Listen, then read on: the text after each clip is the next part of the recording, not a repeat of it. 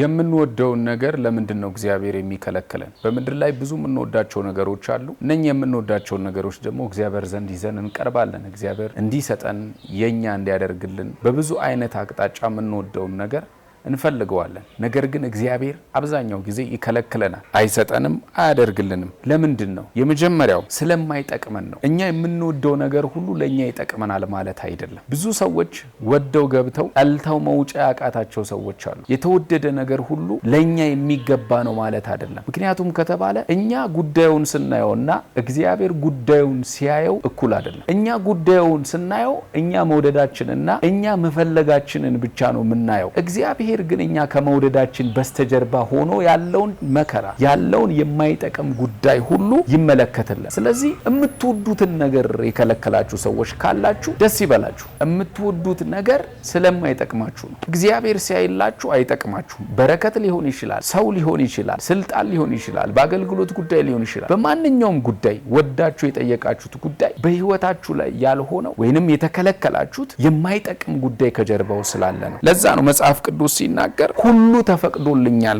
ግን ሁሉ አይጠቅምም፣ በእኔ ዘንድ እንኳን ነገር ግን አይሰለጥንብኝም ብሎ መጽሐፍ ቅዱስ በአንደኛ ቆሮንቶስ ምዕራፍ 6 ቁጥር 12 ላይ ይናገራል። ሁሉ ነገር ተፈቅዷል፣ ሁሉ ነገር የሚጠቅም አይደለም። የምትወዱት ነገር ሁሉ የናንተ ነው ማለት አይደለም። ስለዚህ እግዚአብሔር ከልክሏችሁ ከሆነ የምትወዱትን ጉዳይ እናንተ ስለወደዳችሁት ብቻ ይጠቅማችኋል ማለት አይደለም።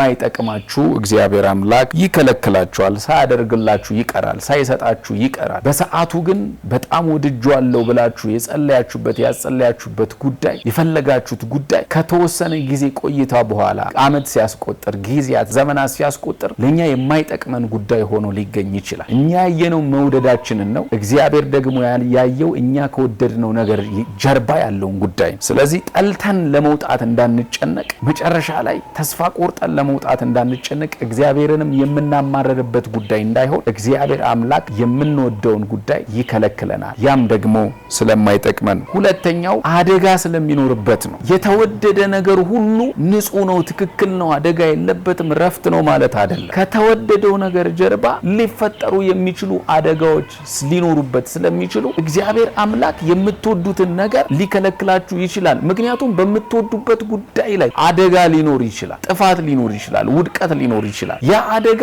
ወደ ህይወታችሁ እንዳይመጣ ነው እግዚአብሔር የሚከለክላችሁ። አደጋ ካለበት እንድትጎዱ ስለማይፈልግ እግዚአብሔር ሊጠነቀቅላችሁ ስለሚፈልግ እግዚአብሔር የፈለገ እንኳን ብትወዱት ገብታችሁበት ዋጋ እንድትከፍሉ አይፈልግም፣ እንድታለቅሱ አይፈልግም፣ በጉዳዩ ላይ እንድታዝኑለት አይፈልግም። ስለዚህ እግዚአብሔር አምላክ አደጋ የሚኖርበት ከሆነ ነው የሚከለክላችሁ። ወዳችሁታል፣ ተመችቷችኋል፣ ፈልጋችሁታል፣ እጄ ላይ በገባ የኔ በሆነ ብላችኋል። እግዚአብሔር ደግሞ ከልክሏችኋል። ምክንያቱም የወደዳችሁት ጉዳይ ላይ እጄ ላይ ይግባ ያላችሁበት ጉዳይ ላይ አደጋ አለበት፣ ችግር አለበት፣ መጥፎ ነገር አለበት።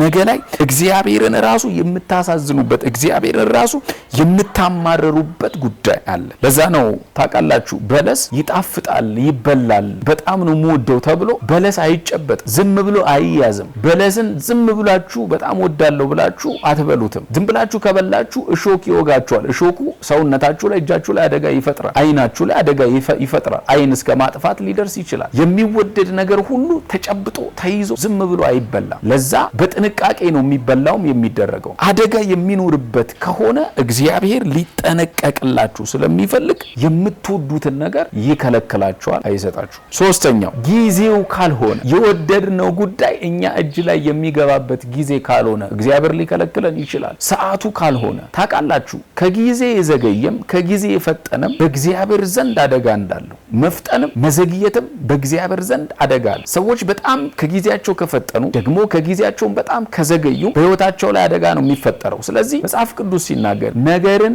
በጊዜው ውብ አድርጎ ሰራው እንደሚል ጉዳዩ የሚያምረው ጊዜው ሲሆን፣ ሰዓቱና ጊዜው ካልሆነ በወደዳችሁት ሰዓት አይሰጣችሁም። ከዛ እሱ በወደደውና እሱ በፈለገው ጊዜ ላይ የምትወዱትን ጉዳይ እጃችሁ ላይ ያስገባዋል። ለምን? ትላንትና ላይ ጊዜው ስላልኖረ ስላልነበረ ከልክሏቸዋል። አሁን ደግሞ ጊዜው ስለሆነ አምጥቶታል። ለዛ እኮ ነው የዛሬ 2 ዓመት ከ3 ዓመት በፊት በጉዳዩ ላይ ጸልዬ ጠይቄው ነበር፣ በሰዓቱ አልሆነም፣ ካለፈ በኋላ ግን እጄ ላይ ገባ ብላችሁ የምታመሰግኑት ደስ የሚላችሁ ያኔ ጊዜው ስላልሆነ ነው። ስለዚህ ጊዜው ካልሆነ ወደ እናንተ ህይወት የሚመጣበት ጊዜ ካልሆነ እግዚአብሔር አምላክ ሊከለክላችሁ ይችላል። ለምሳሌ የ7 ዓመት ወይ 10 ዓመት ህፃን ልጃችሁ ፑቲክ ሄዶ ልብስ ልትገዙለት ትልቅ የሚያምር የ41 ቁጥር ጫማ ቢያደርግና ይህን ጫማ ዳዲ ግዛልኝ ወይ ማሚ ግዢልኝ ብሎ ቢል 41 ቁጥር ጫማ አትገዙለትም ለ7 ዓመት ህፃን ልጅ። ምክንያቱም ከተባለ 41 ቁጥሩ ጫማ አይበቃው፣ ትልቅ ነው፣ ሰፊ ነው። የማትገዙለትና የማትሰጡት ስለማትወዱት አይደለም፣ ወይንም ለሱ ክብር ስለሌላችሁ አይደለም። የማትገዙለትና የማትሰጡት ጊዜው ስላልሆነ ነው። 41 ቁጥር የሚያደርግበት ጫማ የሚያደርግበት ጊዜ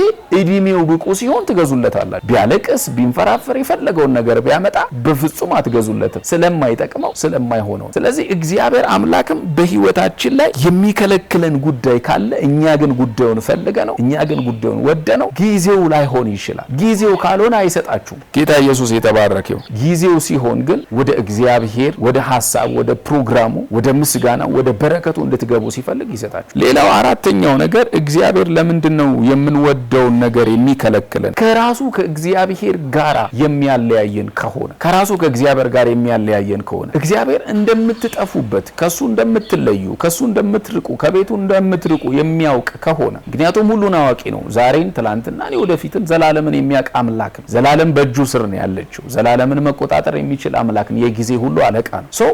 በሰጣችሁ ሰዓት ከቤቱ ከሱ እንደምትለዩ ካወቀ ከእግዚአብሔር ቤት እንደምትጠፉ ካወቀ እግዚአብሔር እንድትለዩት እንድትጠፉበት ስለማይፈልግ ሊጠነቀቅላችሁ ከፈለገ የምትወዱትን ነገር ይከለክላችሁ። እግዚአብሔር የተባረከ ይሁን። በቤቱ እንድትተከሉ ሲፈልግ ደግሞ የእናንተን መንፈሳዊ ጥንካሬ አይቶ የእናንተን አቅም ደግሞ አይቶ በዚህ ሰዓት በዚህ ጊዜ ልጅ ብቁ ነው ይሄንን በሰጠው ከስሬ አይጠፋም ብሎ የሚያስብ ከሆነ በሰዓቱ እግዚአብሔር ሊሰጣን ሊያደርግልን ይችላል። ለዛ ነው በመዝሙር 23 ላይ በቤት ለዘላለም እኖር ዘንድ ብሎ ዳዊት የዘመረው የሚመጣው ነገር ሁሉ ከእግዚአብሔር እንደማይለየው የሚመጣው ነገር ሁሉ ከአባቱ እንደማይፈቀቅ እንደማያደርገው እግዚአብሔር ስለተረዳ ነው። ምክንያቱም ምድረ በዳ ላይ አለማምዶታል። እረኛ ሆኖለት አባት ሆኖለት ጠባቂ ሆኖለት አለማምዶታል።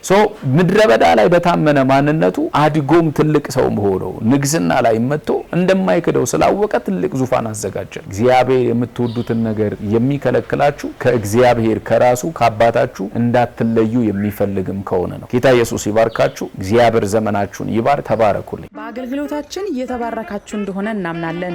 የሚለቀቁ ቪዲዮዎች ቶሎ እንዲደርሳችሁ ሰብስክራይብ፣ ሼር ያድርጉ። እንዲሁም ከካሜራ ውጪ በነብይ ማራናት አገልግሎት በግል ጸሎት ለምትፈልጉ በእነዚህ ስልክ ቁጥሮች ይደውሉ።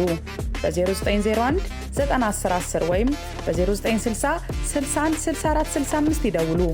የተአምራት ቀኔ ነው።